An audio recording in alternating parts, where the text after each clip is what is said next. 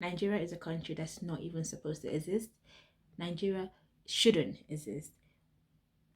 Nigeria was just created to fail. Like, nothing makes sense. The constitution itself does not even make sense. Like, it's a lot. So, hi, welcome back. How you doing? I hope you're okay. I hope you're blessed. I hope you're chilling.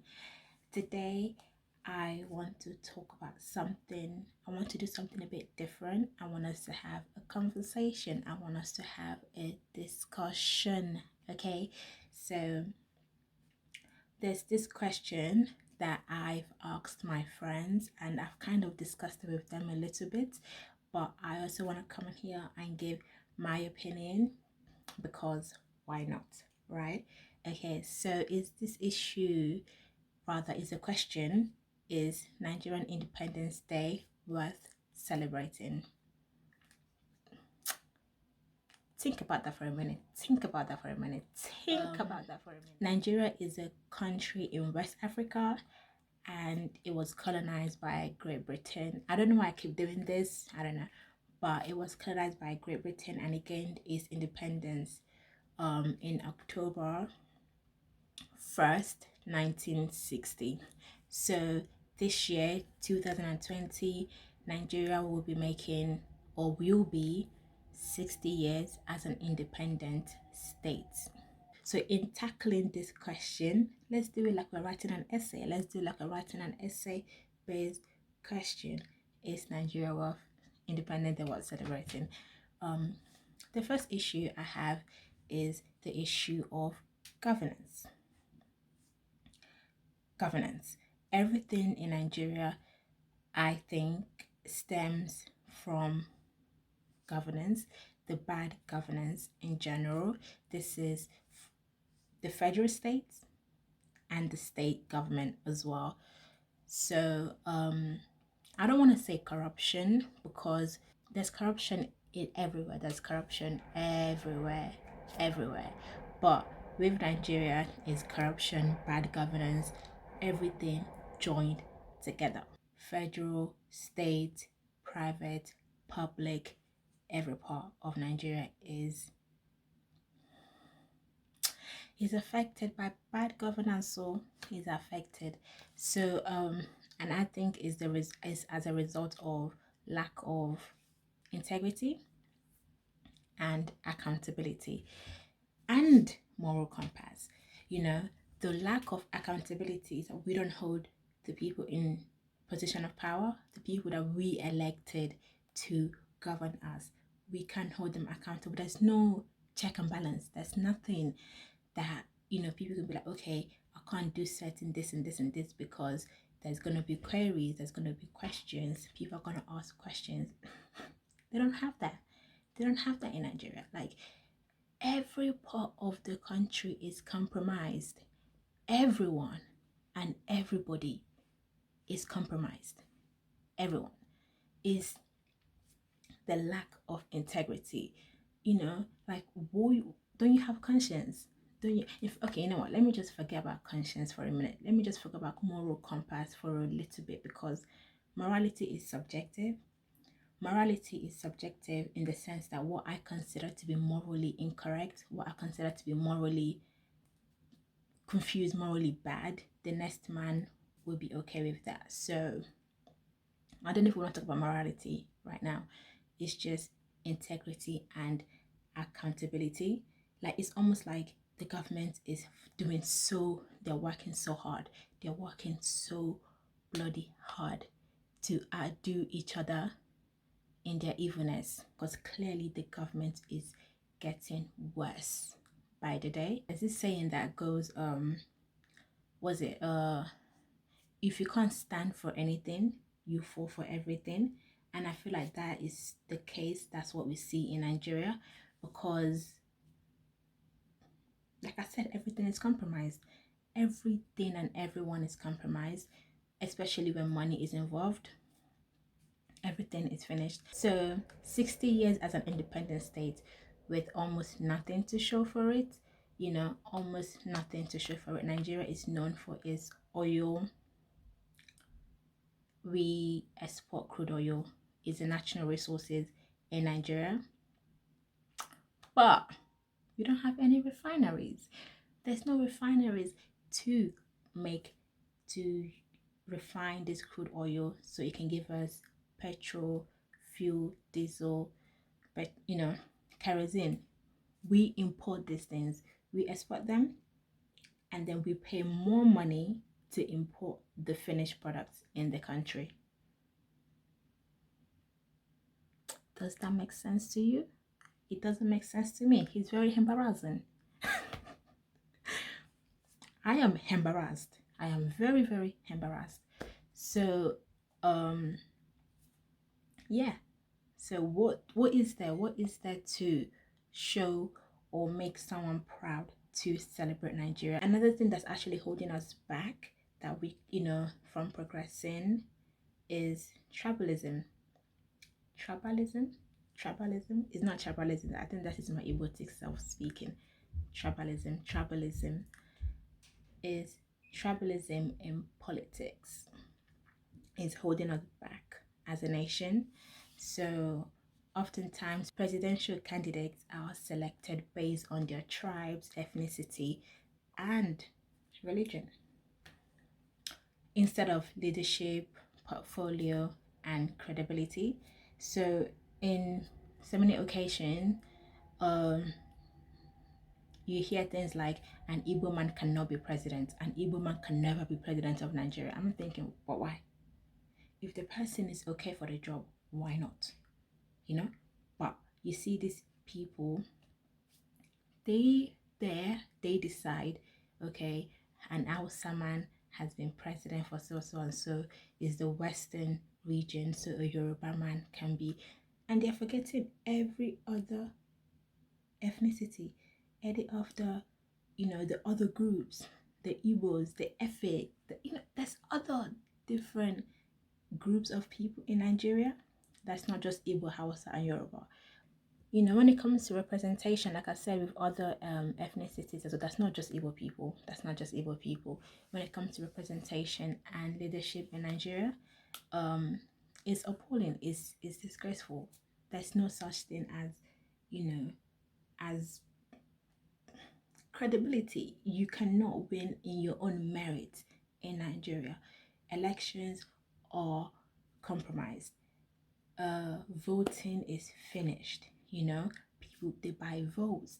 It's just, oh god, I get stressed. When I'm start talking about Nigeria. Like, it really stresses me out. But it leads me to the next question of whether Igbo people should even celebrate Nigerian independence, considering they don't benefit anything from the advantages of being a Nigerian. Like I said, the oil, how many Igbo people can you point to me? Can you actually point to me and say, that they're into the oil business and they are doing well and they're very successful compared to their Yoruba and Hausa counterparts? Like, hardly. Igbo people, Igbo businesses are targeted. They are frustrated by the federal government of Nigeria.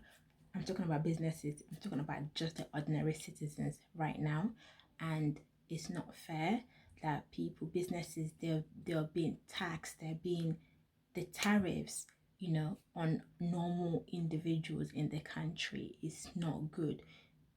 Especially when there's nothing. It's just a take. They're not giving. Give them good roads. Give us good electricity. Give us good healthcare system. Give us good educational system. No, but you want to be taking. Businesses, when they import stuff from obodoyibo, when they import stuff from abroad, and obodoyibo means just like foreign country.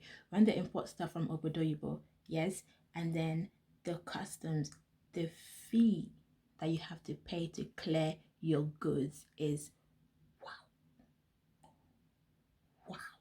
You see what I'm saying? Like, and it's like you're not even making it comfortable for them to even produce these things at home as well. But that's not excuse that, come on guys, we need to invest in our country, in our legal country. You need to invest in your country. I'm not excusing the importation of rubbish or things like that. We need to find ways to actually invest in our countries, because to be honest, there are people coming to Nigeria and they're investing in Nigeria because there is money to be made in Nigeria, but it's about tapping into the market. And going back to what I was saying about Igbo people, whether they should celebrate, then Igbo people were very limited when it comes to presidency and things like that. You know, the first indigenous Igbo president was Nnamdi Azikiwe, right? And then how many years ago was that? Long time ago. You know, we are still in 2020 and we're still battling when will there be a next Igbo president. You know, and you see somebody like Peter Obi, who was the former governor of Anambra State, and for me, I think that guy will make a great presidential candidate, solely based off his record, though, solely based off his record of leadership, his vision, his policies, and he always talks about the need to cut the cost of governance, because I don't understand how you're a governor, you want to travel, you have entourage, you have cars following you, like why you have 30 domestic staff. For me, it's just relax.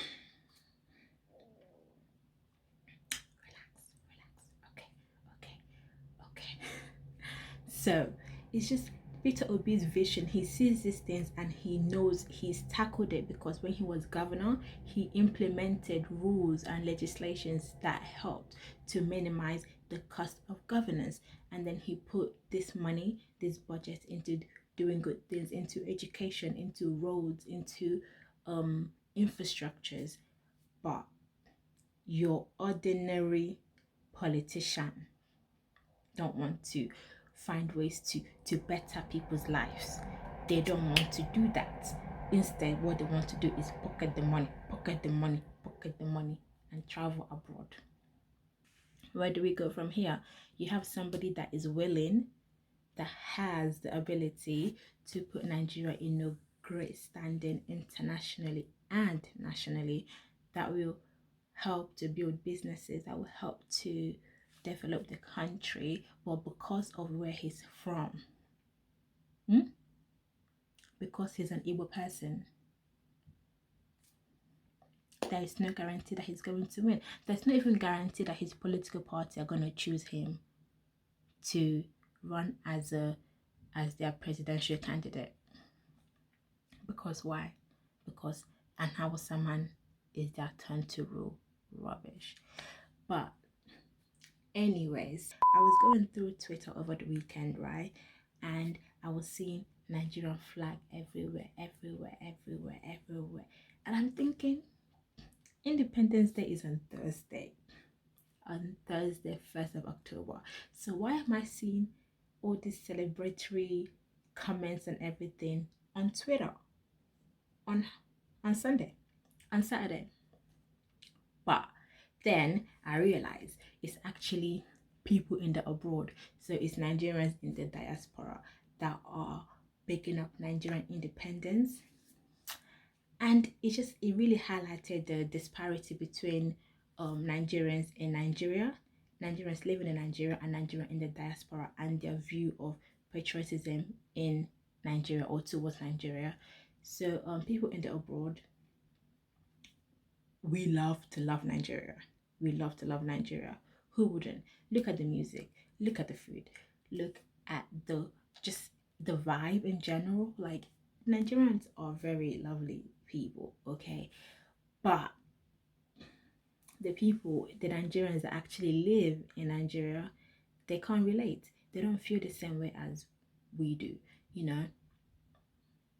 People in the abroad, like, they see Nigeria as this like holiday destination that they can go to, you know what I'm saying? Like, they go, they'll be like, oh, like, I'm coming to Nigeria, I'm traveling for Christmas, I'm doing that. Like, we look at Nigeria as with a lens of privilege, and which is good, you know, which is good because you want to aspire to go back home.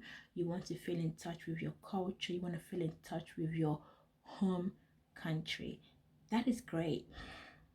Where I have problem now is when you people, okay, you try to undermine the experiences of people, of Nigerians that live in Nigeria.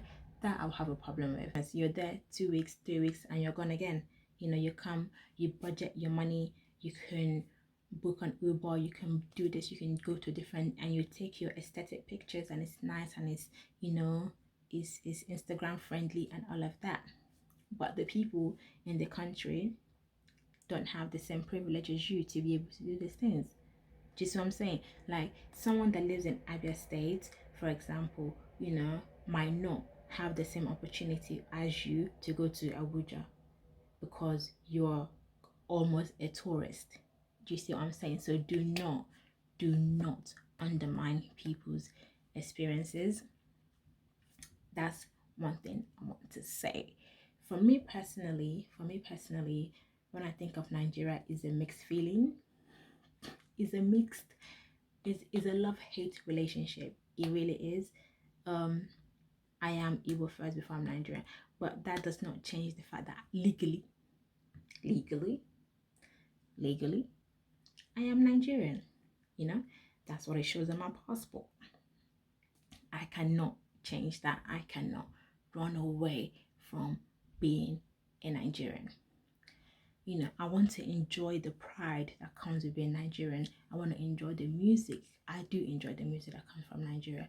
I just want to be able to kind of like celebrate Nigeria, you know, in its entirety. Like I want to be able to do that, but I can't do that because the struggle, the difficulties, the issues that Nigeria face on a daily basis, that Nigerian citizens face on a daily basis, is just kind of like overpowers that feel to celebrate Nigeria. So I can't, like, it's unfortunate. Like before, I used to be so ingrained, I used to be so interested in the nitty-gritty of Nigeria, in the everyday working of Nigeria. I used to read Nigerian news.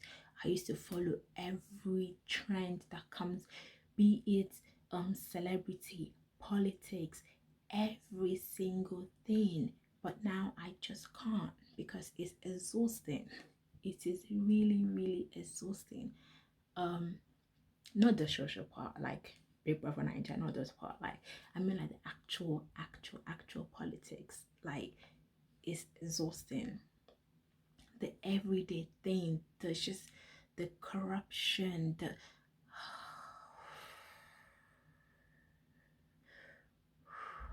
it's a lot.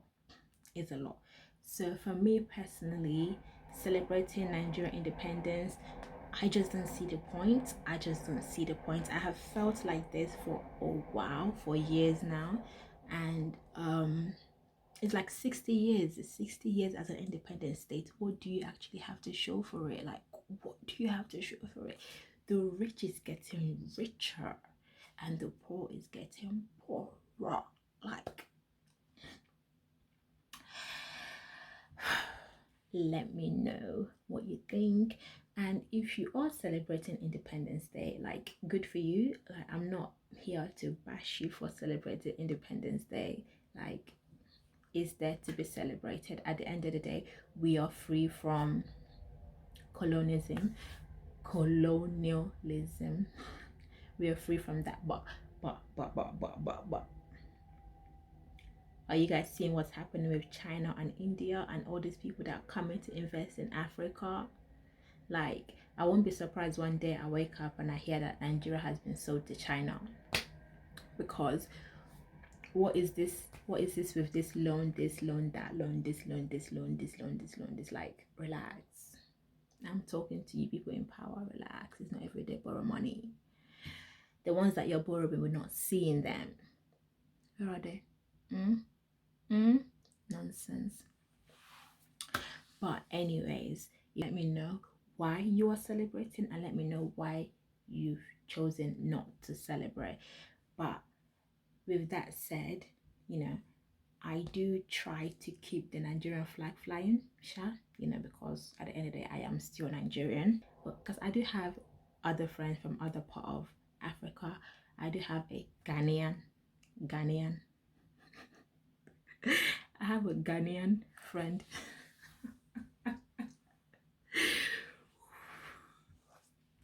When my Ghanaian friend tries to come for me, I'm like, who are you? Who are you? You know, how dare you? How do you form? Who born you? Who you? You know, but you know, let me know. Don't come and start talking rubbish about Nigeria because I will come for your neck. Okay? But with that said though, I hope you do enjoy your Independence Day because it's a public holiday. Enjoy yourself, make merry, because this is also like an excuse to party, you know what I'm saying? So enjoy it. Enjoy the free holiday. Enjoy yourself, and I will see you in my next one. Okay? Bye. Peace. Love. Independence Day. Independence Day. What do you think about Nigerian Independence Day? Would you celebrate it? Would you celebrate Nigerian Independence Day? Let me know what you think. No. Gang, gang, gang, gang, gang, gang, gang, gang, gang. You get me? Batman, Batman, Batman, you get me? You get me, bruv. You get me, bruv.